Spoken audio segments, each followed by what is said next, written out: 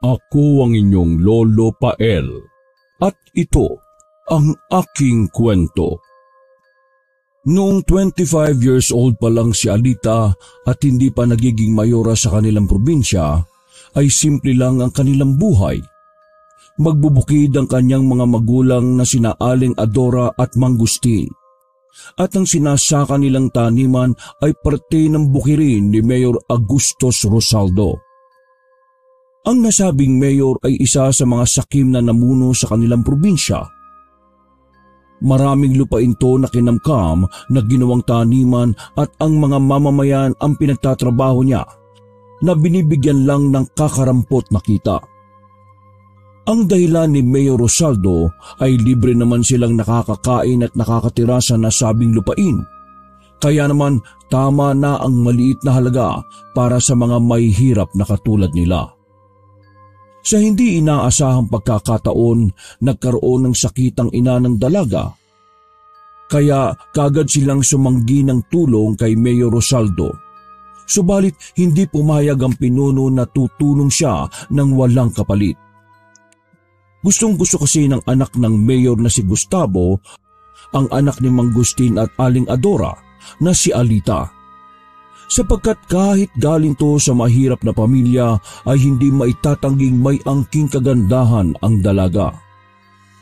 At dahil nag-iisang anak at sunod sa luho ay nag-request si Mayor Rosaldo kay Mang Gustin na tutulungan niyang ipadala sa magandang pagamutan si Aling Adora kung ipapakasal kay Gustavo ang anak niyang si Alita. Labag man sa kalooban ay ginawa ito ng mag-ama para lang mailigtas ang kanilang ilaw ng tahanan. Tumupad ang mayor sa kasunduan kaya napadala sa magandang pagamutan si Aling Adora. Subalit ang kapalit naman nito ay ang puri ng dalagang si Alita. Pansamantalang tumigil si Mang Gustin sa pagsasaka sapagkat kinailangan niyang bantayan ng asawa sa ospital dahil mas lalong lumulubha ang kalagayan nito. Si Alita naman ay lumipat na sa poder ng mga Rosaldo dahil nakatakda na siyang ikasal kay Gustavo kahit ang totoo ay labag to sa kanyang kalooban. Bakit parang malungkot ka, Alita? Dapat maging masaya ka dahil naipagagamot na ang nanay mo na magiging nanay ko na rin. Ngayong gaganda na ang buhay mo dahil ako na mapapangasawa mo. Magiging maayos na ang buhay niyo. Hindi umimik ang babae. Malungkot lang ang mukha niyang nag-ayos ng kanilang higaan, kaya lumapit sa kanya ang maskuladong lalaki at pasimpleng hinimas ang kanyang balikat mula sa likuran. Mahina niyang iniwas ang sarili pero nagpumilit si Gustavo. Saka gumapang ang mga kamay nito pababa sa kanyang dibdib. Bewang hanggang umabot sa maselang parte. Tinapik yun ni Alita kaya naman hindi nagustuhan ng maskuladong lalaki. Sumimangot to pagkalaon ay biglang nag-iba ang timpla ng muka. Habang nagpapatuloy sa pag-aayos ng higaan ng babae, ay bigla siyang hinawakan ng mahigpit sa braso ni Gustavo. Naggalit na galit ang ekspresyon ng muka. Ikaw na ngang inaamo, nag-iinarte ka pa. Nasasaktan ako, Gustavo. Hindi ka kasi makuha sa mahinahon na salitaan eh. Ito yata gusto mo no? Pagkabitaw sa mahigpit na pagkakahawak ay saka sinampal ng maskuladong lalaki si Alita na tumalsik ang laway sa lakas ng impact sa kanyang mukha. May luhilong natumba ang babae sa kama at sinamantala naman kaagad yun ni Gustavo nakitang-kita ang pagkahayok sa nasa ng laman. Marahas ang kanyang ginawa. Pinunit niya ang damit pang itaas at pang ibabang suot ng babae hanggang sa bra at panty na lang ang natira. Nang makita niya ang alindog ni Alita ay mas lalo siyang natakam dito.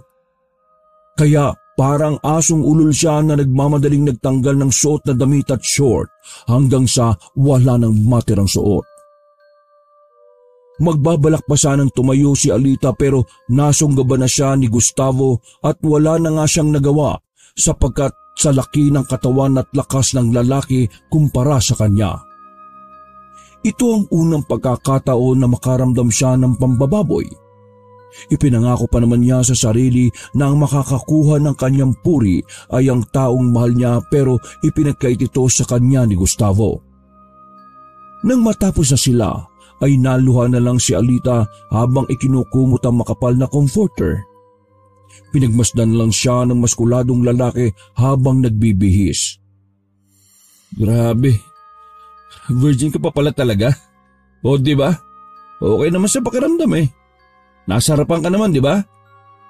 Naririnig pa kitang humahalinging habang kinakalmot-kalmot mo ako sa likuran eh. Huwag ka na umiyak dyan, dahil trabaho mong pasayahin ako. Magpapakasal na tayo kaya huwag ka na mag-inarte, no?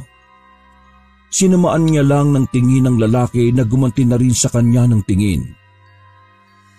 Huwag mo ako masama-samaan ng tingin ha, dahil baka makatikim ka na naman sa akin ng sampal. Kapag ako nainis, hindi lang sampal ang matatanggap mo.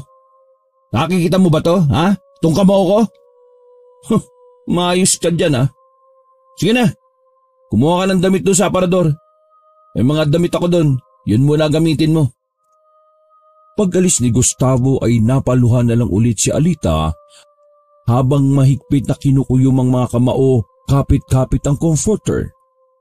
Punong-puno ng galit ang pakiramdam niya sapagkat buong pagkatao niya ang winasak na walang hiyang si Gustavo na kasing sama lang din pala ng tatay nitong mayor. Lumipas pa ang mga araw, pagkatapos ng kasal nila ay mas lumala pa ang mga nangyari sapagkat maraming eksperimentong pinaggagawa sa kanya si Gustavo habang sila ay nagtatalik.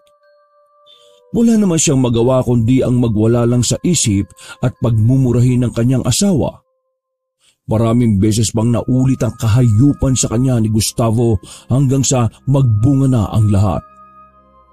Nabuntis si Alita at dahil sa hindi niya matanggap na magkakaroon ng anak sa walang pusong lalaki, ay ginawa niyang lahat ng paraan para malaglag ang walang kamalay-malay na sanggol. Pasensya ka na, baby. Pero hindi ko kayang tanggapin na magkakaroon ng anak sa walang hiyang Gustavo na yon. Patawad. Uminom siya ng maraming pampalaglag at naospital dahil dito. Subalit hindi inadya ng tadhana na malaglag ang sanggol sa kanyang sinapupunan.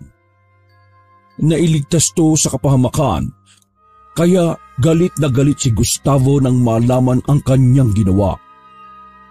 Tanda mo to, Alita, kapag may nangyaring masama sa batang yan na nasa sinapupunan mo, buhay ng nanay at tatay mo ang magiging kapalit. Itatak mo yan sa utak mo, ha? Kaya simula ngayon, alagaan mong mabuti ang anak natin. Dahil kapag di mo ginawa yon at kapag namatay ang batang yan, makakaasa kang ganun din ang mangyayari sa mga magulang mo. Wala na ngang nagawa si Alita kundi arugain ang nasa sinapupunan niya, kahit palabag sa kanyang kalooban na dalhin ito. Hindi niya talaga masikmura na nagdadalang tao siya dahil lang sa pang-aabuso ng taong kahit kailan ay hindi naman niya minahal at hindi niya mamahalin kahit na anong mangyari. Kaya habang lumalaki ang nasa kanyang sinapupunan, ay mas lalo siyang napupuot sa kanyang dinadala. Madalas niyang kausapin ang sanggol at pagsabihan ng kung ano-anong klase ng hindi magagandang salita. Ikaw, baby na nasa tiyan ko. Hindi kita makukuhang mahalin kahit na anong mangyari. Siguro, darating lang ang panahon na mamahalin kita kapag nalaglag ka at namatay. Kung po pwede ka lang sanang ipalaglag. Kundi lang ako pinanta ng hayop mong tatay na papatay niya mga magulang ko kapag hindi kita inalagaan.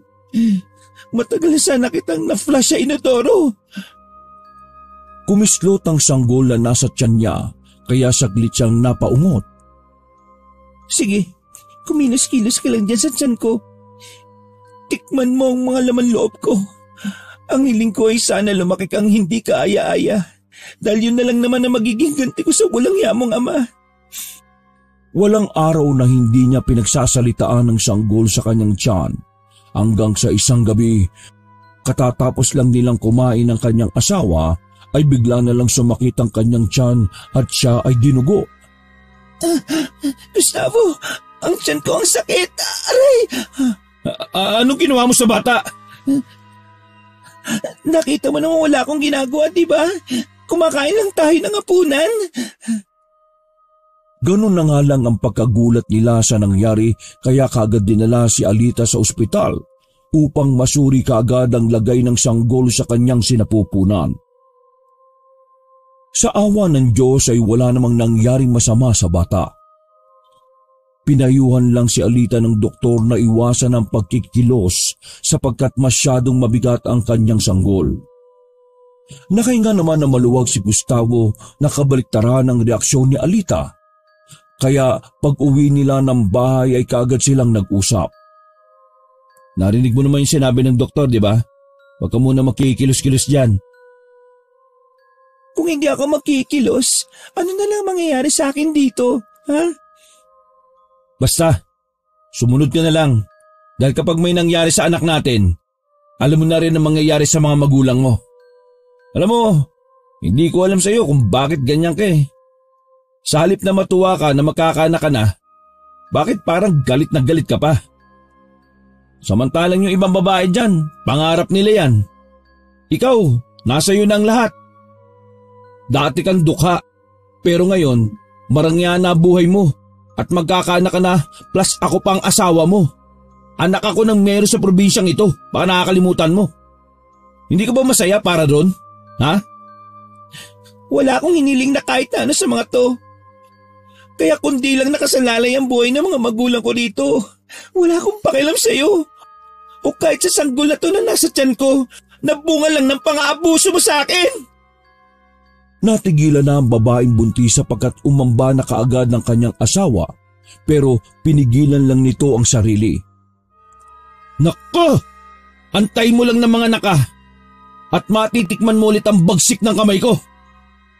Siya nga pala, nag-hire na ako ng bago mong personal na yaya. Pasok na rito, Manang Delia. Pumasok nga ng silidang may edad na ginang. Kulot-kulot ang buhok nito. Malit lang ngunit matalim kung makatingin. May kakaiba itong presensya na hindi mawari ni Alita at tila naramdaman din ng kanyang sanggol na biglang gumalaw. Kaya habang papalapit sa kinaroroonan nila ang matandang babae ay napahawak sa tiyan ng buntis. Napatingin din sa kanya si Manang Delia na tila sinusuri ang kanyang kabuuan. Subalit naantala lang yon na magsalita ulit ang maskuladong lalaki.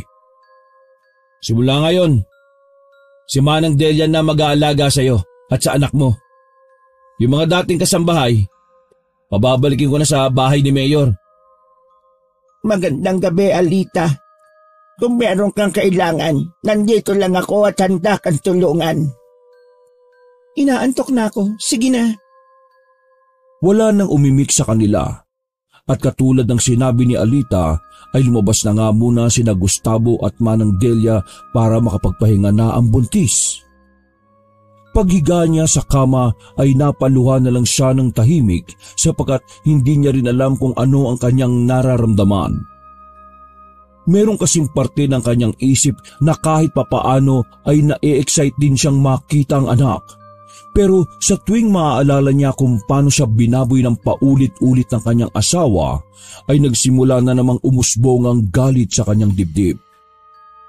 Hindi niya mapigil ang galit na yon, kaya ang sumalo ng lahat ng bigat sa sama ng kanyang kalooban ay ang sanggol na nasa kanyang sinapupunan. Makalipas ang ilan pang buwan, ay nanganak na nga si Alita. Isang magandang sanggol ang kanilang isinilang na pinangalanan nilang John. Magmula nang maipanganak at makita ni Alita si John, ay biglang nagbago ang pananaw niya sa buhay. Ang galit na nararamdaman niya para sa sanggol ay napawi na lang bigla. Inaruga niya ang anak at hindi pinagdamutan ng pagmamahal. At habang lumalaki ang sanggol, ay meron silang kakaibang napapansin dito ni Manang Delia. Napakaiyakin kasi ni John at kahit ilang beses na itong pinaiinom ng gatas ay hindi pa rin tumatahan at palaging gutom na gutom. Ang akala nga nila nung una ay meron tong sakit. Subalit isang gabi Habang malakas na umiiyak ang kanyang sanggol, sa pagmamadali na mabuhato ay aksidenteng nasugatan ng daliri ni Alita. Namalayan na lang niya to nang bitbit na niya ang anak at pasususuhin na niya. Manang Delia, pasuyo naman po ng bimpo dahil nasugatan ng kamay ko at dumudugo ng dumudugo. Pakuha na rin po ng first aid kit sa medicine cabinet natin. Habang kumukuha ang matandang babae ng gamit, ay hindi sinasadyang napatakan ng dugo ang bibig ng umiiyak na sanggol. Sa gulat ni Alita ay aalisin niya sanang dugo, pero nanahimik bigla ang sanggol na si John habang sinisipsip ang kanyang daliring duguan. Napatahan niya ng walang kahirap-hirap ang sanggol, pero nangamba rin siya dahil sa mga nangyayari.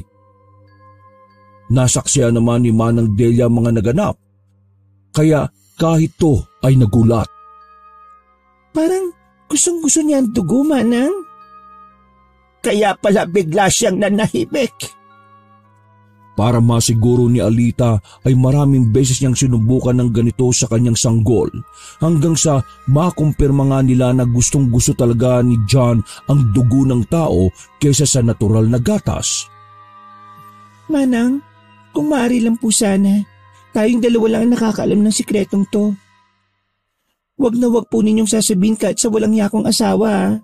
Maasahan ko ba kayo sa sikretong ito? Makakaasa kayo, Ma'am Alita. Dadaling ko hanggang kamatayan ang sikreto ng anak niyong si John. Maraming salamat po. Nagtuloy-tuloy nga ang pagpapainom nila ng sariwang dugo kay John habang lumalaki ito hanggang sa matuto na rin kumain ng solid foods ang bata.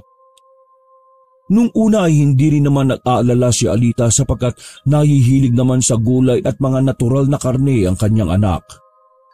Hanggang sa isang beses, pasadong 10:00 ng gabi, kung saan ay natutulog na si Alita katabi ang kanyang asawa. Palihim siyang ginising ni Manang Delia at dali-daling pinasunod sa silid ng 3 taong gulang na si John. Nakahiwalay na kasi ng kwarto ang bata at si Manang Delia ang nagbabantay dito. Pagdating nilang dalawa sa kwarto ng bata, ay ipinakita nga ng kasambahay kung paanong kinain ni John ang buhay na butiking nahuli nito. Sa gulat ay natutok na lang ni Alita ang bibig at napaatras. Pero nang mapagawi sa kanya ang tingin ng bata at ngumiti, ay tuluyan ng bumagsak ang kanyang luha.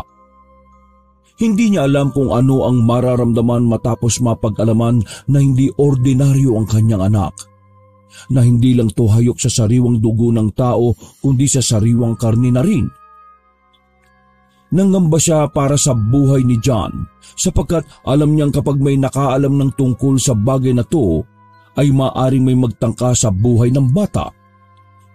Manang, ano po nangyayari sa anak ko? Bakit po siya nagkakaganyan? Siguradong meron itong gumawa sa kanya. Bakit siya naging hayok sa sariwang dugo at karni? Tama ang sinabi mo, Ma'am Alita. Posibleng merong nagbigay ng sumpa sa iyong sanggol, kaya naging mahilig si John sa sariwang dugo at karne. Ano po pwede nating gawin? Nag-aalala ko para sa kaligtasan ni John. Baka lumala to at may makaalam ng tungkol dito. Siguradong mapapahamak ang anak ko. Huwag ka mag-alala, ma'am. Kung pahihintulutan niyo ako, sumama kayo sa bahay ko sa Liblib kasama si John at aalamin natin kung bakit siya nagkaganyan. Nakatira ka sa Liblib? Sa lugar dito sa probinsya natin na sinasabing tinitirhan ng mga mangkukulam? Ma'am, dahil alam ko rin naman na ang sikreto ng inyong anak. Panahon na rin siguro para malaman niyo ang aking sikreto na hindi ko sinabi sa inyong asawa. Galing talaga ako sa lahi ng mga mangkukulam. Pero mga puting mangkukulam ang aming angkan. Kabilang kami sa mga tagaliblib na tumutulong sa mga normal na tao imbis na magpahirap. Kung ganon, makakaya mong tulungan ng anak ko? Masasabi ko lang yan, ma'am. Kapag nalaman ko ang totoong kalagayan ni John at kung pupunta tayo sa bahay ko sa Liblib kung saan kumpleto ang aking mga kagamitan. Malalaman natin ang pinagmulan ng mga ito. Sapagkat alam ni Alita sa sarili na wala siyang pagpipilian, kaya naman pumayag na rin siya kaagad. Itinaon nila ang pag-alis na abalang-abala si Gustavo para hindi na to magtanong kung saan sila pupunta. Nang nasa liblib na si Alita, Manang Delia at John ay isinagawa kagad na matandang babaeng mangkukulam ang isang ritual para malaman ang pinanggalingan ng pagkatakam ng bata sa sariwang dugo at karne. Inilagay nila ang 3 taong gulang na bata sa gitna ng simbolong bituin na sa bawat kanto ay merong nakasinding kandilang puti. Mabuti na lang din at tulog na tulog si John kaya madali nilang naisagawa ang paghahandang yon. Ma'am, handa na po ba kayo? Sisimulan ko na ang pagsasagawa ng orasyon para malaman natin ang sagot kung bakit nagkaganito ang inyong anak. Sige ho, Manang. Kailangan ko malaman kung sino ang gumawa nito at bakit ginawa sa anak ko. Kung meron silang galit kay John, dapat sa akin na lang nila ibinunton o kaya mas madaling sabihin sa hayop kong asawa. Kapag nalaman natin ang dahilan, maaari akong gumawa ng panlunas para bumalik sa normal si John. Maraming salamat po. Pagkatapos ng maiksing pag-uusap na yon, ay nagsimula na nga ang puting mangkukulam sa kanyang orasyon. Nagsindi si Manang Delia ng puting kandila at habang hawak to ay saka siya pumikit at ikinalat ang usok ng kandilang hawak sa ibabaw ng natutulog na si John. Pagkatapos noon ay saka siya nagsalita ng mga katagang siya lang ang nakakaunawa. Mula sa maliit na bintanang nakabukas ay pumasok ang malamyang ihip ng hangin dahilan upang tila magsayaw ang mga nakasinding kandila. Muli namang ikinalat ng puting mangkukulam ang usok na hawak niyang kandila sa ibabaw ng natutulog na bata. At nang dumampi sa balat ni Alita ang malamig na samyo ng hangin, ay nangatog ang kanyang buong katawan kaya pasimple siyang napayakap sa sarili habang si Manang Delia ay nagpapatuloy sa pagbigkas ng orasyon. Pagkatapos niyang sabihin yon, ay muling umihip ang hangin subalit sa pagkakataong ito ay hindi na malumanay kundi may kalakasan na to. Dahil doon ay namatay ang mga kandila na nasa bawat kanto ng hugis bituin. Ang usok ng mga ito ay kumalat sa itaas na sumalo sa usok na galing sa kandilang hawak ni Manang Delia. Nagpatuloy ang matandang babae sa pagpapakalat ng usok hanggang sa magpaikot-ikot na yon sa ibabaw ng natutulog na si John habang may kung anong hugis na ikinukorte. Pagtingin ni Alita sa usok ay natutok niya ang kanyang bibig matapos makita ang mukha ng kanyang anak na kumakain ng buhay na butiki. Maya-maya pa ay nagpatuloy na ulit sa pagbigkas ng orasyon si Manang Delia habang kabadong nakabantay lang si Alita sa mga nangyayari. Tuluyang namatay ang mga kandila at biglang umihip ang malakas na hangin na sinundan ng mabigat na puwersa ng kung anong madilim na kapangyarihan. Nag-alala ng husto si Alita habang nangangapa ang mga mata sa dilim. Hanggang sa maya-maya pa nga ay narinig na lang nilang umiyak na si John. Manang, ang anak ko! Ano nang nangyayari kay John? Wala namang nakuwang sagot si Alita sa puting mangkukulam sapagkat nagsimula ng isa-isang pumasok sa kalooban ni Manang Delia ang mga kaganapan. Namuti ang mga mata niya na parang tumirik at pagkatapos noon ay napatingala siya habang ang mga kamay ay tila naninigas. Maya-maya pa nga, habang pinakikinggan ng pag-iyak ni John ay tumayo na nga si Alita para lapitan at kunin ang anak. Pero ganun na lang ang takot niya nang makita ang isang nakakatakot na itim na imahe sa harapan mismo ng kanyang anak. Namumula at nanlilisik ang mga mata nito. Mahaba ang hindi mabilang na sungay. Halos dumikit na sa bubungan dahil sa sobrang taas nito at mas lalong nakakagimbalang ngiti nitong abot hanggang tenga. Sinundan niyo ng malademonyong halakhak na pagkalaon ay bigla ring nawala sa kawalan. Dala ng takot ay tulalang napaupo si Alita sa sahig sapagkat ito ang unang pagkakataon niyang makainkwentro ng ganong klaseng nilalang. Malademonyong nilalang. Ano ang bagay na yon? Halos hindi niya maigalaw ang katawan sa tindi ng kanyang pangangatog. Pinilit niyang ikalma ang sarili pero nahirapan siya. Mabuti na lang ay muling bumalik ang sindi ng mga kandila at nang mapatingin siya sa simbolo ng bituin ay nakita niya ang anak na nakaupo na sa krib nito at umiiyak. Nangangatog ang mga tuhod na nilapitan ni Alita ang anak at kinarga hanggang sa maiyak na rin siya. Sorry anak, iniwan ka ni nanay. Hindi na mauulit, promise. Habang yakap-yakap ng maigpit si Janice, ay bigla na lang siyang napabaling kay Manang Delia na seryoso nang nakatingin sa kanya. Bumalik na rin sa normal ang matandang babae kaya marahan niya tong nilapitan habang bitbit ang anak at nagpupunas ng luha. Ano pong nakita niyo, Manang? Sino pong walang hiyang gumawa nito sa anak kong si John? Ang tatay niya ba? O ang mga galit sa angkan ng tatay niya? Hindi ka maniniwala sa sasabihin ko, ma'am. Sabihin niyo po, pakiusap. Kailangan ko malaman kung sino para makapagharap kami at matanong ko siya kung bakit niyang binigyan ng sumpa ang anak ko. Bakit di na lang ako o ang pamilya ng walang yakong asawa? Sigurado kung may mga galit sa mga Rosaldong gumawa nito. Tama ka. Ang mga may galit nga sa pamilya Rosaldo ang gumawa nito. Lalong-lalo na kay Sir Gustavo. Sabihin niyo na po, pakiusap, sino? Ang nagbigay kay John ng sumpa ay walang iba, kundi ikaw, Ma'am Alita. Halos gumuho ang mundo ni Alita sa kanyang narinig.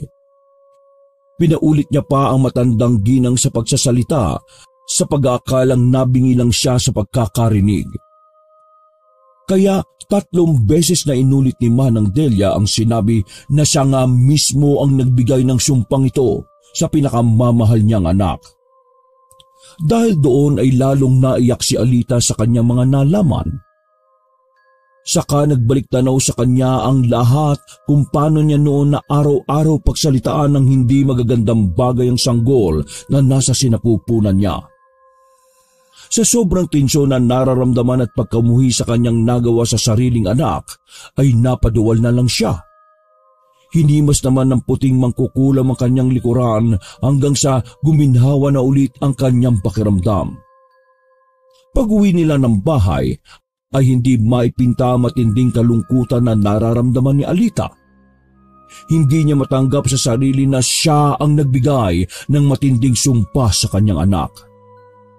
Kaya habang natutulog siya, ay iyak lang siya ng iyak na napansin ng kanyang asawa. Sa tagal kasi ng panahon, magmula na ipinanganak si John, ay ngayon lang siya ulit umiyak ng ganon. Bakit? May problema ba? Pabayaan mo nga ako, Gustavo. Simula nang nalaman ni Alita na siya ang dahilan ng lahat, ay nagkaroon siya ng matinding galit sa sarili at matinding pagkahabag sa kanyang anak. Nangako naman si Manang Delia na tutulong sa abot ng kanyang makakaya upang matanggal ang sumpang yon. Ayon pa sa puting mangkukulam, ang ganong klase ng sumpa ay itinuturing na ancient at hindi basta-basta napuputol. Meron lang mabisang mutya na makakagamot kay John, subalit matagal na panahon nang walang nakakita sa mutya na yon. Habang pasikreto nilang hinahanap ang lunas, ay isinikreto rin muna nila ang kalagayan ni John. Nang mag5 taon na ang bata, ay doon na rin nagsimulang pumasok sa politika si Alita, sa suwestyon na rin ni Mayor Agustos Rosaldo. Malakas kasi ang hatak ni Alita sa mga taga-probinsya, lalo na sa mga maralitang mamamayan, at marami namang galit sa kanyang asawa dahil sa pagiging garapal nito. At matanda na nga ang mayor, kaya naghahanap na sila ng pupwedeng hahalili sa kanyang pwesto at magpapatuloy ng kanyang nasimulan. Nang maratay na sa banig ng karamdaman si Mayor Agustus Rosaldo, ay inihabilin niyang tumakbo sa pagka-mayor si Alita na pinagselosa naman ng kaunti ni Gustavo. Nagsiselos ka ba dahil ako ang napisil ng tatay mong tumakbong mayor sa lugar natin kumpara sa'yo? Tignan mo nga naman ang pagkakataon, Gustavo, no? Hoy, iniinsulto mo ba ako, ha, Alita? Nagsasabi lang naman ako ng totoo, mahal kong asawa. Huwag kang mag-alala. Kapag ako na ang naging mayor dito, ligasiya pa rin naman ng pamilya Rosaldo ang mamamayani dahil mag-asawa tayo. Kahit alam mo sa sarili mong hinding-hindi kita mamahalin. Subukan mong gumawa ng hindi maganda dahil pagdidiskitahan ko ulit ang mga magulang mo at ilalayo ko sa iyo ang anak natin. Yan ang wag na wag mong susubukan gawin. Kapag nilayo mo sa akin ang anak natin, makakasiguro kang kahit sa impyerno, mahahabol kita. Hindi mo alam kung ano na ang kaya kong gawin ngayon, Gustavo. Natigilan na lang sa pagtatalo ang mag-asawa nang dumating ang isang kasambahay at ipinaalam nga nitong patay na ang mayor. Eksaktong katatapos lang ng ikalimang kaarawan ni John nang mamatay si Mayor Agustus Rosaldo. Ito rin ang unang pagkakataon ng batang babae na makatikim ng sariwang karne ng tao. Sa tulong ni Manang Delia ay nakakuha sila ng bahagi ng katawan ng namayapang mayor at ipinakain ito kay John bilang regalo na rin sa kanyang kaarawan. Tuwang-tuwa ang bata habang nilalantakan ng sariwang karne na wala siyang kamalay-malay na galing pala sa namayapa niyang lolo. Kalaunan, nang manalong mayora si Alita sa kanilang probinsya, ay mas naging grabe ang pribilehiyo ng kanyang anak. Hanggang sa mag-15 anyos na si John ay hindi siya pumapalya sa pagkain ng sariwang karne at dugo ng tao. Nagagampanan naman ng maayos ni Alita ang pagiging mayora niya sa kanilang probinsya. Subalit walang kamalayan ng mga tao sa pinakatatago nilang sikreto.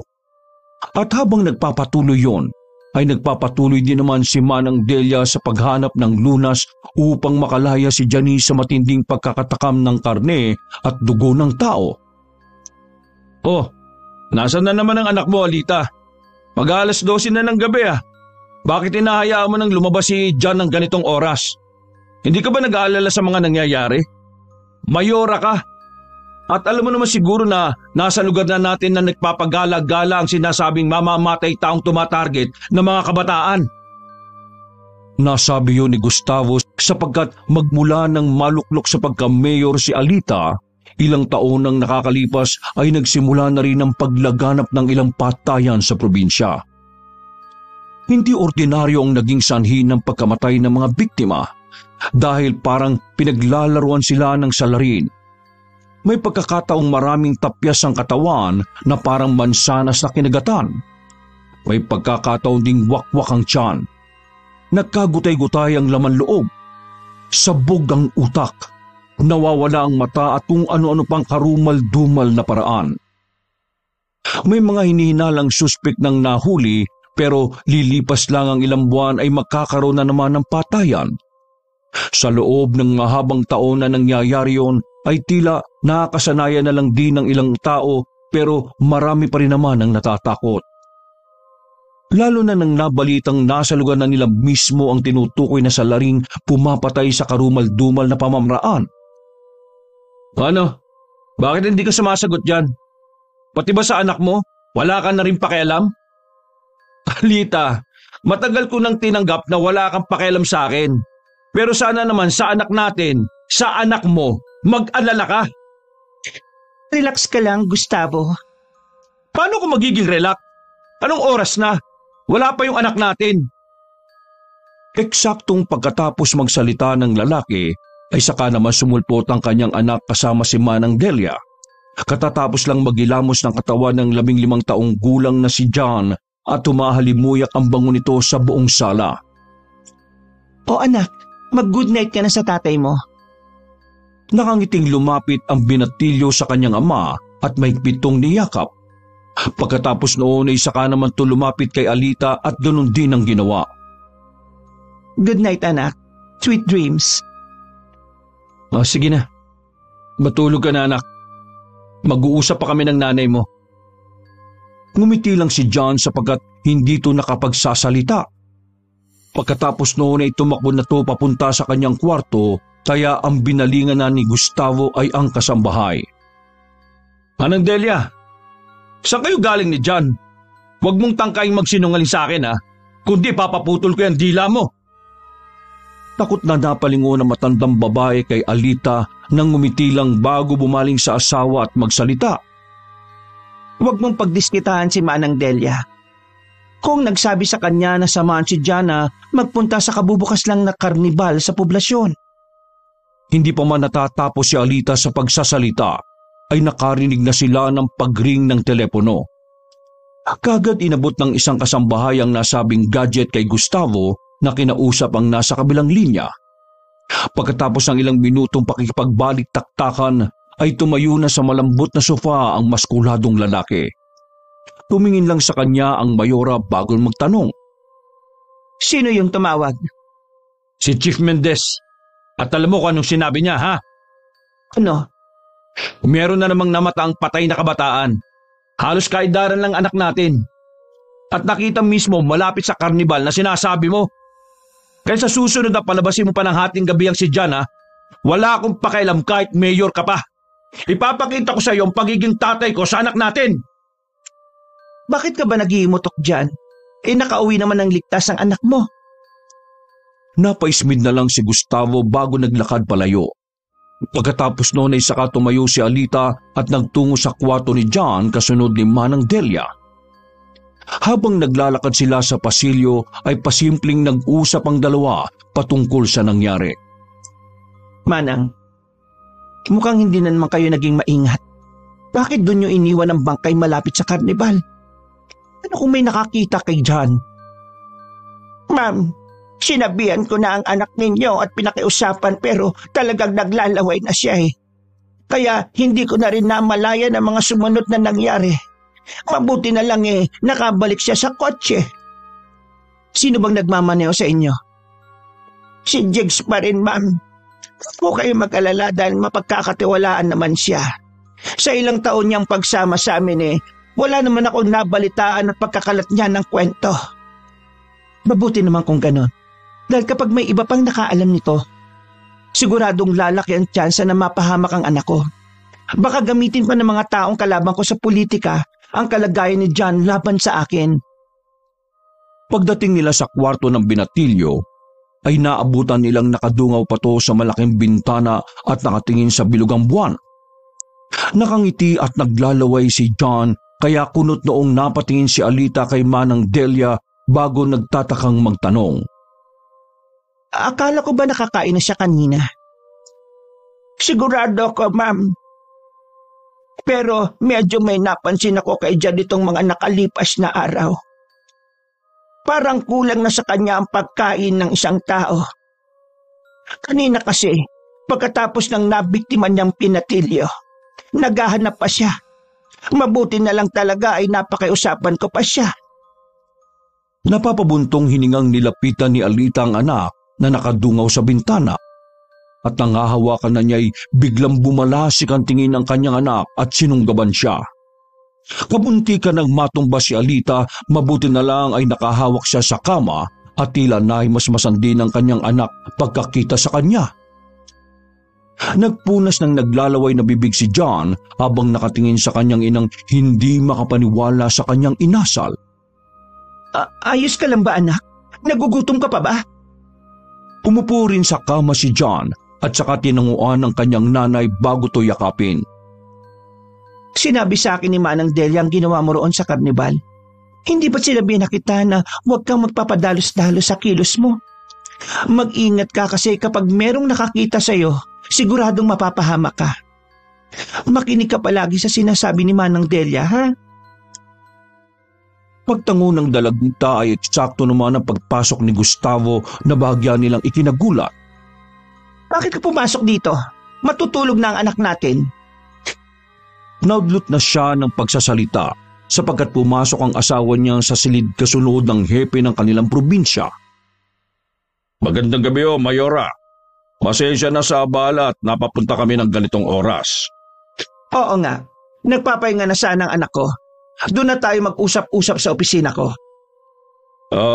Siya po talaga ang pakay namin. Si John, ang anak niyo, Mayora. Anong ibig niyo sabihin? Anong kailangan niyo sa anak ko? Nasabi ko na sa iyo kanina, di ba? Nakausap ko si Chief Mendez sa telepono dahil may namata na naman patay doon malapit sa karnibal. Nasabi ko sa kanya na kagagaling lang doon ang anak natin. Ano naman ang kinalaman ni John sa patayang nangyari ron? Maigpit na niyakap ni Alita ang anak habang napapatingin ng makahulugan sa kanyang asawa na parabang nakikipag-usap to ng mata sa mata.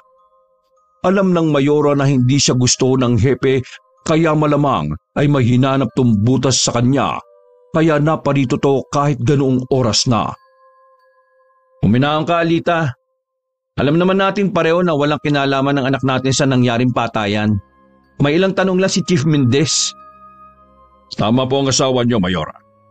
Meron lang din kasing nakapagsabi o nakakita sa kanila na nakausap pa raw ni John ang biktimang kaedaran niya lang din at kinilalang si Ching Santos. Huwag po kayong mag-alala. Mabilis lang naman ang magiging tanong namin kay John. Kailangan lang namin na makakuha ng impormasyon para malaman, mahuli at matunto na kaagad ang salarin. Masyado na kasing lumalaganap ang krimen dito sa lugar natin at hindi natin to dapat ipagsawalang bahala, Mayora. Tama ho ba ako? Aware ka naman siguro na hindi nakakapagsalita ang anak ko at special child siya. Kaya kailangan nandito ako sa tabi niya. Aware naman po ako, Mayora. Pero ikinalulungkot kong sabihin na ang dapat katabi niya sa interrogation na gagawin namin ay ang mga kasama niya sa pagpunta roon sa karnibal. Dahil doon ay napatingin ng Mayora kay Manang Delia na medyo nangangamba na rin sa mga nangyayari. Ipinatawag na nga rin si Jigs na kitang-kita sa hilatsa ng muka ang takot, kaya lalong kinabahan si Alita. Pakiramdam niya kasi anumang oras ay maaaring kumanta ang personal driver ng kanyang anak na alam ang itinatagong sikreto nito.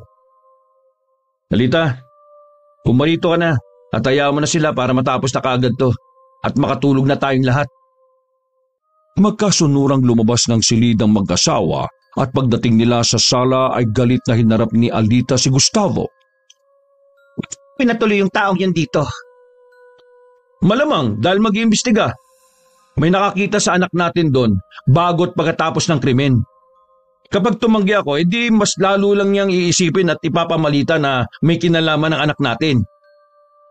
Nag-iisip ka ba ng mabuti, Gustavo?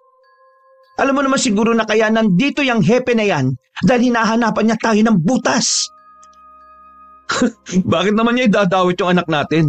Anong malay ni John sa mga nangyayari? Ang bata-bata pa niya para idamay siya rito ng hepe. Wala ka talagang alam sa politika. Hindi na ako nagtataka kung bakit ako ang pinili ng tatay mo na pumalit sa kanya sa pagka-mayor at hindi ikaw. Hoy, wag mong idamay dito ang tatay ko ah. Patay na siya at hindi na tungkol sa kanya ang usapan na to. Tungkol man sa kanya o hindi ang usapan. Tandaan mo na kapag napabagsak ako ni Chief Mendez, siguradong kasama kang babagsak. Wala kang utak eh. Ikaw mismo ang nagpapasok sa bukuran natin ng lobo na sasakmal sa buo mong pamilya. O bakit? Sa tingin mo ba ginusto ko to? Kung di mo pinayagan magpunta ang anak natin sa pesteng karnibal na yon, di sana pare-pareho maganda ang tulog natin ngayon. Ikaw ang hindi nag-iisip eh. Napabuntong hininga na lang si Alita at hindi na nagsalita pa. Iniisip niya kasi kung ano na ang nangyayari sa loob ng kwarto ng kanyang anak. Ang pinaka-inaalala niya ay baka mapakanta ng wala sa oras si Jigs, kaya napapaisip tuloy siya ng hindi maganda. Huwag naman sana.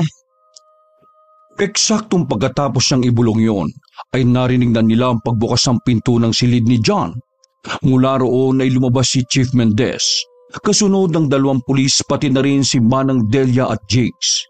Sinalubong sila ng mag-asawa na pakunwaring umiti at di nagpahalatang nagtatalo kani-kanina lang.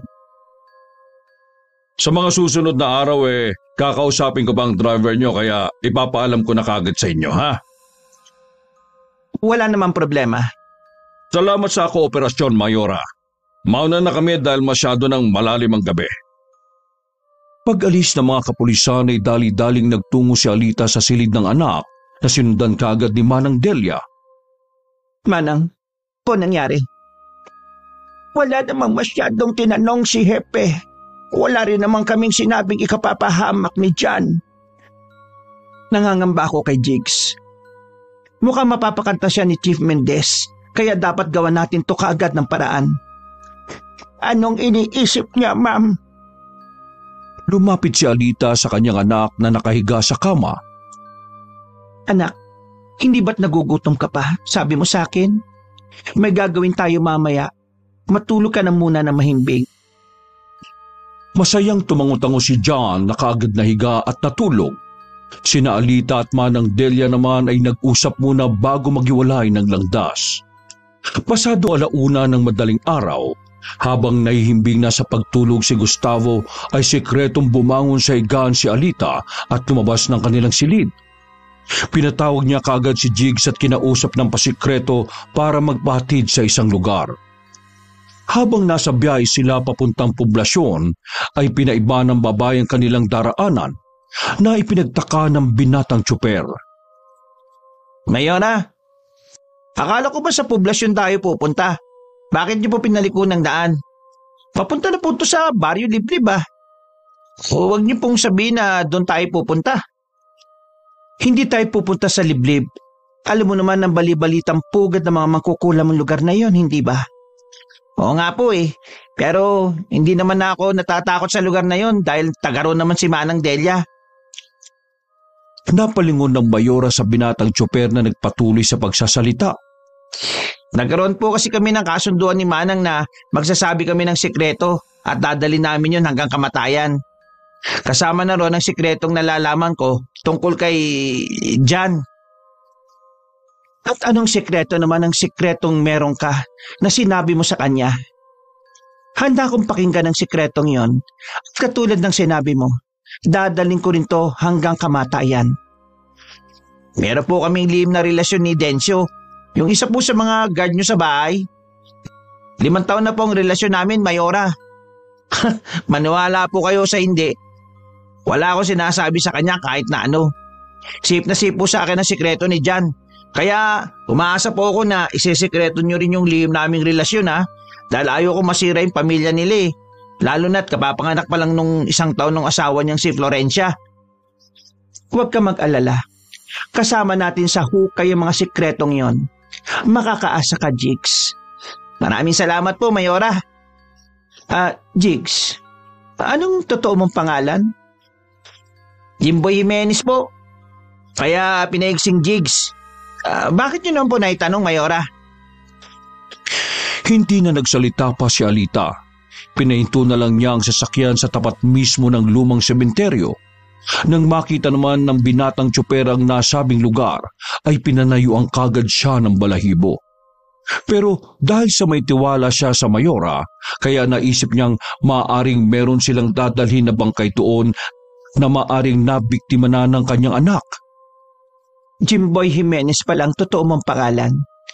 Anong sinabi sa iyo ni Chief Mendez? Nag-offer ba siya sa iyo ng kahit na ano para lang kumanta sa sikreto ng anak ko? Ho? Nakita ko kung paano kanya kausapin kanina. Mayora, wala po akong sinabing kahit na anong masama na ikasisira nyo. Hindi po ba't nangako ko na hanggang kamatayan dadali ko yung sikreto ni John? Naniniwala naman ako sa gagawin mong yon. Pero mas naniniwala ako sa kayang gawin ni Chief Mendez. At kung ano man ang plano niya, ay siguradong gagawin niya ang lahat para lang mapakanta at mapaamin ka. Yon ang di ko kayang palampasin, Jigs. Ano pong ibig niyong sabihin, Mayora? Sinabi ko na po ang sikreto meron ako na pinakatatago ko ng buong buhay ko. Nagtiwala po ako sa inyo. Kaya dapat po, katiwalaan niyo rin ako. Hanggang kamatayan ng mga sikretong yun. Ikinalulungkot ko, Jigs. Natigilan na sila sa pagsasalita sapagkat mula sa likuran sa kanang bahagi ng sasakyan ay bigla na lang sumulpot si John. Naglalaway ang itsura ng binatilyo na halatang natatakam na naman sa sariwang dugo at karne ng tao. Kasama ng binatilyo si Manang Delia na nasa likuran lang at naghihintay sa mga mangyayari. Nang makita yun ni Jigs, ay natunugan na niya ang mga mangyayari, kaya naiiyak siyang hinarap ang Mayora na may nanlulumong pagmumuka. Mayora, kayo na. Huwag niyo pong gawin to sa akin. Kagaya ng sinabi ko kanina, gagawin ni Chief Mendez ang lahat para mapaamin ka sa kung ano man ang nalalaman mo. Hindi ko papayagan na mangyari yon. Kaya bago ka pa niya mapaamin, ay uunahan ko na siya. Pumasok sa loob ng sasakyan sina John at Manang Delia, kaya nagsimula ng sumilay ang takot sa dibdib ng binatilyong tsuper. Dahil sa takot na yon, ay natataranta na siya at hindi na rin alam ang gagawin, kundi ang magmakaawa na lang. Opo, kahit anong pagyari, hindi ako aamin sa kanya. Kahit pahirapan niya ako, hindi ako magsasalit. Lumabas ka na ng sasakyan ngayon din. Kunin mo ang perang nandyan sa glove box at magpakalayo-layo ka na. Magsimula ka ng bagong buhay.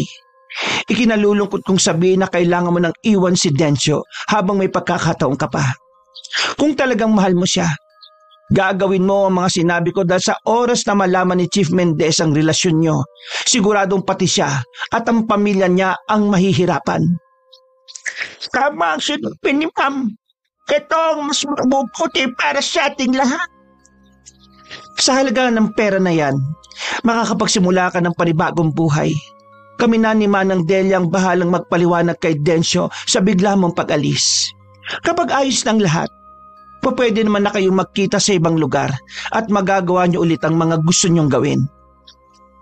Wala nang nagawa si Jigs kundi sumang-ayon na lang sa mga sinabi ng kanyang amo. Pagkakuha niya ng pera sa glove box ay dali-dali niyang binuksan ang pinto ng sasakyan at lumabas. Tumango na lang siya sa tatlo bilang pagpapaalam at pagkatapos noon ay tumakbo na tumpalayo. Nang mawala na sa paningin nila ang binatang tsuper ay saka binalingan ni Alita ang anak na kanina pa takam na takam. Anak, pwede ka na kumain ulit. Sundan mo na ang taong yon. Magpakabusog ka. Kitang-kita nila kung paanong mamula mga mata ni John sa sobrang tuwa. Nagbago rin ng kaunti ang itsura ng mukha nito na parang magmumukha ng halimaw. Paglabas ng sasakyan ay mabilis tong tumakbo na parang hayop papunta sa kinaroroonan ni Jigs. Ma'am, sigurado po ba kayo rito sa naisip niya? Napakabait na bata po ni Jigs. Alam ko naman yon. Pero sigurado akong gagamitin ni Chief Mendez ang kahinaan niya laban sa akin. Ito lang ang naisip kong paraan para manatili ang sekreto natin. Eksaktong pagkasabi niya noon ay nakarinig na sila ng malakas na sigaw mula kay Jigs. Kaya alam na nila ang mga sumunod na nangyari. Dinig na dinig nila ang pagmamakaawa ng binata pero kahit gaano kalakas ang boses nito ay wala rin namang ibang tao ang makakarinig dahil malayo ang lugar na yon sa mga kabahayan. Lumabas sila ng sasakyan at tinungo ang pinanggalingan ng ingay hanggang sa makita na nga nila si Janice na nasa gitna ng daan at nilalantakan ang walang buhay na si Jigs. Pagkalapit ay nakita nilang naliligong dalagita sa sariwang dugo na enjoy sa pagkain ng lamang loob ng binatang tsuper. Nakihingalo pa ang binata nang tingnan nila. Nakadilat pa to at nakatingin sa kanila habang naluluha. Kaya umiwas na lang ng tingin si Alita hanggang sa tuluyan ng mawalan ng buhay si Jigs. Pinagmasdan niya ang wakwak nitong tiyan at naluha na lang siya ng lihim at pagkalaon ay kinuha niya na rin kagad ng sobrang hawak ng binatang tsuper na naglalaman ng perang ibinigay niya kanina. Halina kayo, John, Manang Delia. Baka mapansin na ni Gustavo na matagal na tayong nawawala. Umangilang ang binatilyo sapagkat nag-enjoy pa to sa pagkain sa laman loob ng walang buhay na si Jigs. Inawat na siya ni Manang Delia nang bigla niyang dambahin ang matanda na napaupo sa sobrang pagkabigla. Nang makita yun ni Alita, ay nangamba rin siya dahil kamuntikan na ring sakmalin ng kanyang anak ang kanilang kasambahay. Anak, huwag mo siyang sasaktan. Si Manang Delia yan. Pagtayo ng kasambahay ay kaagad tong inalalayan patras ng Mayora at pagtingin nila kay John ay ganoon na lang ang gulat nila matapos mapansin ang kakaibang pagbabago sa mukha ng dalagita. Unti-unti na kasing nagaanyong halimaw si John. Lumulubog ang kanyang ilong, namimilog ang kanyang mga mata at naglilitawan ng mga matatalim na pangil. Diyos ko po! Mama, inubos ko pa po yung pagkain ko eh. Masarap yung lasa ng kanin ni Kuya Jigs. Nagulat si Alita nang biglang nagsalita ang anak. Marahil ay dahil sa tuwa kaya napasalita ang anak niyang si John. Nakakapagsalita ka na. Sige anak, kumain ka. Bilisan mo lang dyan at maghihintay kami ni Manang sa sasakyan. Bilisan mo dahil baka may makakita sa iyo rito at alam mo na ang mangyayari. Sige po mama, salamat po.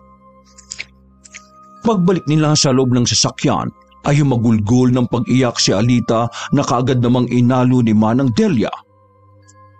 Manang, unti-unti na talagang nagiging halimaw ang anak ko. Kasalanan ko lahat ng to. Sinumpa ko ang sarili kong anak na maging halimaw. Ma'am, huwag kang mag-alala. Sisikapin ko ang lahat para matanggal ang sumpa sa kanya. Pero halos 15 taon na ang nakalipas. Wala pa rin nangyayari. Mukhang huli ng lahat para kay Janice.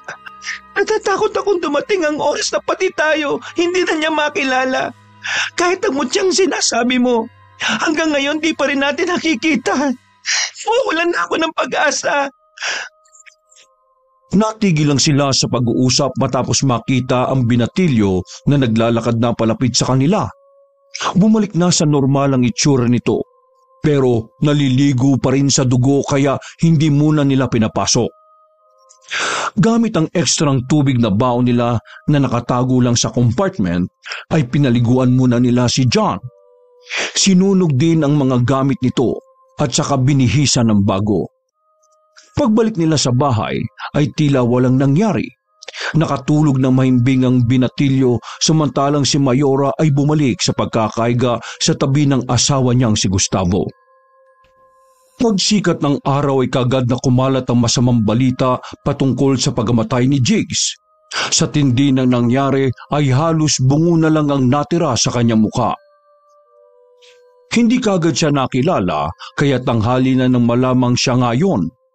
Matapos makitang tato sa dibdib niya na may initial na J at D sa gitna. Biyak din ang tiyan ng binatang tsoper at ang natira lang sa lamang loob niya ay ang piraso ng puso at bato. Kahit ang mga laman sa kanyang hita ay kalansay na lang din ang natira at mga daliri sa paa. Nang mabalita ang tungkol sa bagay na yon, ay mas nabuo ang hinala ng mga tao na hindi normal na nilalang ang pumapatay sa kanilang lugar kundi isang halimaw o aswang. Sobrang pagdadalamhati naman ni Dencio nang malaman niya ang tungkol sa bagay na yon. Kitang-kita ni Alita at Manang Delia ang panlulumo ng gwardya, kaya bilang pampalubag ng kalooban ay pinagbakasyon muna to ng Mayora. Nang mabalitaan naman ni Chief Mendez ang nangyaring yon, ay muli na naman siyang napadalo sa mansyon ng mga Rolando. Nagsagawa rin kasi ng maliit na misa at lamay sina Alita bilang pagtanaw na raw ng respeto sa namayapa nilang tsoper. Sinabi ko naman sa iyo na huwag mo nang gawa ng lamay ang tsoper na yun eh. Tsoper lang natin siya at wala nang iba. Kaya hindi na dapat pagkaksayahan ng oras yun eh. Kita mo tama ako. Susugod na naman dito ang hepe na yun at maghahanap ng butas sa'yo. Sa atin. May gawin tayo o wala, pupunta at pupunta yan dito si Chief Mendez. Dahil isa lang naman ang layunin niya sa buhay. Yun ay para pabagsakin ang pamilya Rolando. Hindi niya yung magagawa. Alam mo naman pala kaya mag-relax ka lang dyan. Ako nang bahalang makipag-usap sa kanya. Pagpunta nila sa kapilya ng mansyon, ay naroon na nga ang hepe kasama ang iba pang mga kapulisan. Matapos ang plastikang kumustahan ay naupo na sila at nag-usap-usap habang umiinom ng kapeng itinimpla sa kanila ng kasambahay. Nakakapagtaka lang no? Parang tsumempo yung pagkamatay ng driver mo ah. Ano nga pangalan niya? Jigs? Hindi. Jimboy Jimenez? Parang ang balita ko, may karelasyon yung gwardya dito mismo sa mansyon eh. Nasaan na yung gwardyang yon? Densyo ang pangalan eh. Totoo ba yung mga haka-haka? Nabalitaan ko lang naman. Nako, Chief. Masyadong malakas ang sagap mo ng chismis ah. Dito kasi sa bahay namin, hindi namin pinakikialaman ang personal na buhay ng mga tauhan naming nirerespeto namin sila. Akala ko ba, Chief, investigation ang ginagawa nyo? Bakit parang puro chismis na lang yata ang inaatupag mo ah? Kaya pala hindi makita-kita kung sino yung pumapatay na yan eh. Nakakadismaya naman kapag ganyan. Iniinsulto niyo ba ako, Mayora? Bakit? Hindi ba totoo ang mga sinasabi ko? Huwag na tayo magplastikan, Chief. Alam ko ang ginagawa mo. Binubutasan mo ang kredibilidad ko bilang mayor. Dahil nagpaplano ang anak mo na tumakbo sa susunod na eleksyon. Sa halip na nakafocus ka sa pamilya ko at pilit mong ipinapasok ang mga krimen na wala namang kaming kinalaman, bakit hindi mo atupagin ang totoong salarin na hanggang ngayon ay nagpapagala-gala? Sa inis ng hepe ay tumayuto at padabog na ibinaba sa mesa ang tasa kaya tumapon ang natitirang laman nito. Napatingin din siya pagkalaon sa mag-asawang Rolando habang napapakuyom ng kamay. Kapag napatunayan kung totoo ang mga nababali-balitaan ko sa anak mo, magtago na kayo dahil hindi lang kayo babagsak sa lupa, kundi sa mismong impyerno! Matagal na akong nakarating sa impyerno, Chief. Nakalimutan mo yatang ako ang mayor dito. Kapag di mo ginawa ng maayos ang trabaho mo, pwede kitang palitan kahit kailan ko gustuhin.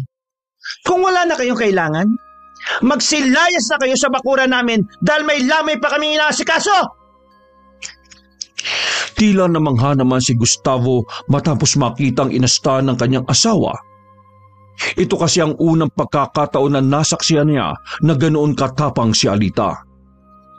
Parang kailan lang, hinagupit niya pa to ng sinturon at pinagmamalupitan. Pero ngayon, ibang-iba na talaga ang kanyang asawa. Kaya napapapalakpak na lang siya nang wala sa oras habang nakatingin kay Alita. Bakit ka pumapalakpak dyan? Hindi ko sukat akalain na ganyan ka nakatapang. Parang nainlove tuloy ako sa'yo ulit ah. Bigla ako nag-iinit. Kaya naman pwedeng kung ano man niyang kalibugang naiisip mo, huwag mo nang ituloy. Ikaw naman, hindi ka naman mabiro. Ay, siya nga pala. Ano bang sinasabi ni Chief Mendez tungkol sa nababalitaan niya sa anak natin?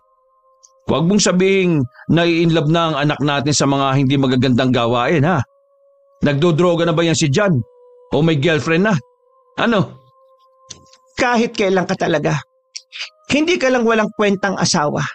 Wala ka ring kwentang tatay. Kung gusto mong malaman ay magbihis ka na at sumunod ka sa akin dahil meron tayong pupuntahan.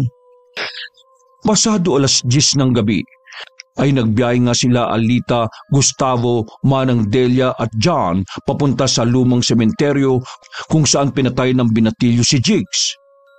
Anong ginagawa natin dito? Hindi ba dito yung sinasabing natagpuan yung bangkay ni Jigs? Panahon na para malaman mo ang totoo.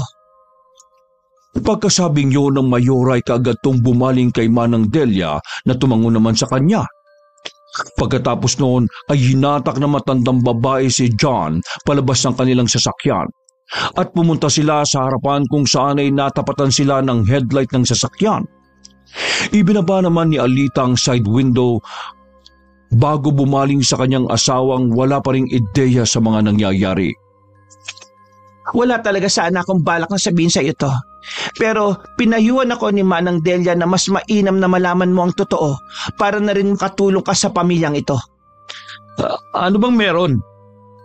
Hindi ba tinatanong mo kung anong ibig sabihin ni Chief Mendez na nababalitaan niya ang anak natin? Manang Delia, sabihin mo na po si John. Pagkarinig sa sinabi ni Mayora ay kaagad ngang bumulong si Manang Delia sa binatilyo. At pagkalipas lang ng ilang minuto ay unti-unti nang nagbago ang anyo ni John. Mula sa pagiging maamong mukha ng isang binatilyo ay bigla na lang naging halimaw ang itsura ng mukha nito na ikinagulat ng husto ni Gustavo. Unti-unting nalagas ang buhok ni John. Kumunot ang kanyang noo at nangintab ang buo niyang balat ng nangingitim. Namilog ang namumula niyang mga mata. Nagdikit ang makakapal na kilay. Lumubog ang ilong at umusli ang matatalim na mga ngipin. Nagmistulang paniki ang itsura ng binatilyo, lalo na nang tumulis ang dulo ng tenga nitong medyo mabalahibo. Humaba rin ang mga kuko sa paa at kamay habang ang mga bibig ay nagtuluan ng mga laway.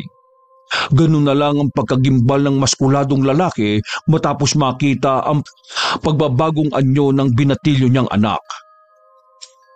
Anong klaseng halimaw yan? Ang tinatawag mong halimaw na yan ay ang anak mo! Paano ko naging anak ang isang halimaw? Imposible mangyari yun. Normal na tao ako. Walang lahi ng kahit na anong uri ng halimaw. Teka, huwag mo sabihing may lahi kayong aswang. Wala kaming lahing aswang.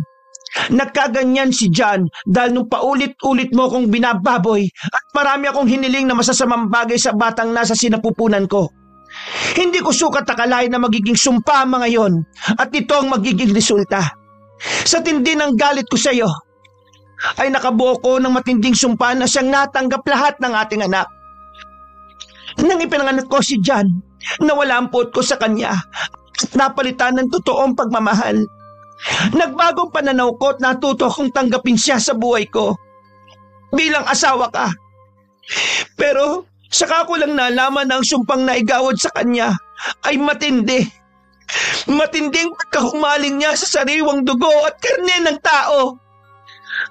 Anong ibig mong sabihin?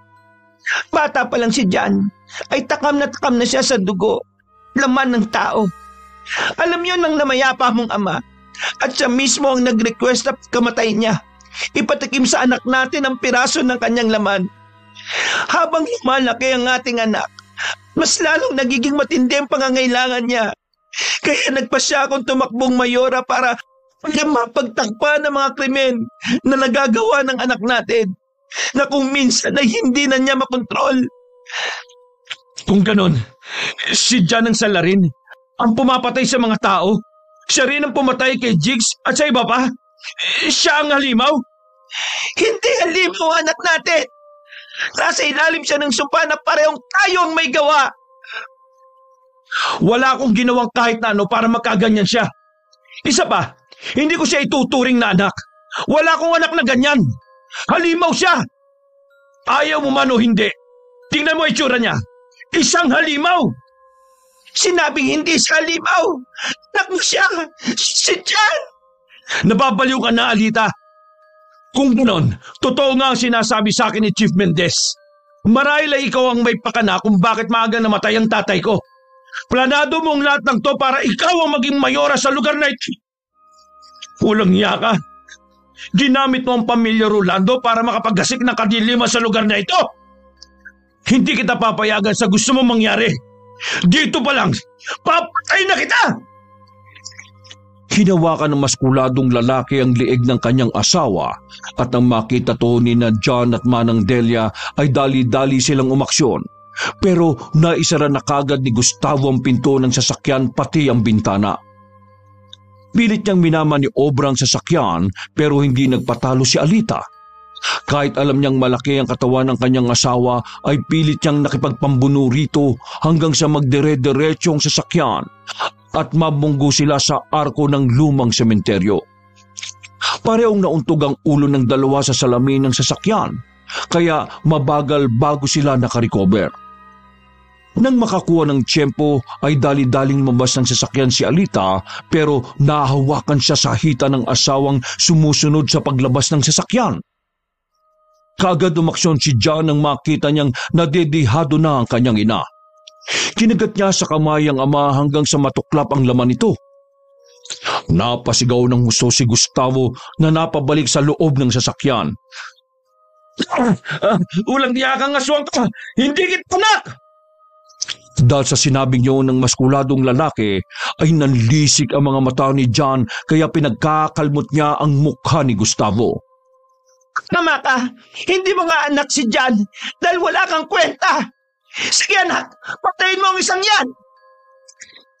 Wala na ngang inaksayang oras ang halimaw at sinunggaban niya kagad sa leeg si Gustavo na pumapalag-palag pa. Pero sa dulo ay nangisay na lang din hanggang sa mawalan ng buhay. Kakalkalin pa sana ni John ang tiyan nito, kaya lang ay biglang umapoy na ang unahan ng sasakyan. Kaya lumayo na sila rito pare-pareho. Kalaunan ay isang malakas na pagsabog ang nangyari na siyang gumising sa mga taga roon. Nabalitaan na nga lang ng mga mamamayan ang nangyaring pagkamatay ni Gustavo na pinalabas nilang aksidente. Hindi naman kumbinsido si Chief Mendez na nag-iimbestiga pa rin ng totoong nangyari. Pero kahit anong gawin ng Ginoo, ay wala siyang nakitang sagot na magtuturo kay Alita at sa anak nito na siyang salarin sa mga patayang nagaganap. Pagsapit ng eleksyon, nagulat ang mga tao sapagkat hindi na tumakbo pa sa pagka-mayor si Alita. Maraming mga mamamayanan ang hinayang sapagkat maganda pa naman ang kanyang pamamalakad. Ang anak ni Chief Mendez ang tinanghal na bagong mayor at sa unang panahon makalipas ang mahabang dekada ay napalitan din ng Rosaldo sa pamumuno sa lugar. Pero mas pinagtuunan ngayon ni Alita ng pansin ang paghahanap ng lunas kay John sapagkat habang tumatagal ay tila nawawala na sa sarili ang binatilyo. Mabuti na nga lang ay nagagawan pa ng kakayahan ni Manang Delia na mapigilan ng tuluyang pagsakop ng kadiliman sa diwa ni John. Ibinenta nila ang mansyon at bumalik sa kanyang pamilya na matagal ng panahon din siyang nawalay. Ipinakilala ni Alita ang anak sa lolo at lola nito na sina Aling Adora at Mangustin. Masaya silang namuhay kahit pasimple at payak lang ang lahat. Madalas ding natutungo sa baryo liblib ang mag-ina para selyuhan ang pagkaaswang ni John. Sa ngayon kasi ay ito lang ang naisip na paraan ni Manang Delia para maiwasan ng dalaga ang pagkayok sa sariwang karne at dugo ng tao. Lumipas pa ang mga taon. Nang mag-18 years old na si John, ay nadiskubre na nga nila ang mutyang gagamot sa sumpa. Subalit pag-uwi nila sa bahay ay naabutan na lang nila Alita at Manang Delia na wala ng buhay sina Aling Adora at Mangustin. Parehong wakwak ang mga tiyan nito at wala ng laman loob. Nang makita nila si John ay tuluyan itong naging buong halimaw na malapaniking tao. Bago pa maggamit ng dalawang mutya ay nakalipad na sa malayo ang binatilyo. At simula noon ay hindi na nila nakita pa. Wakas!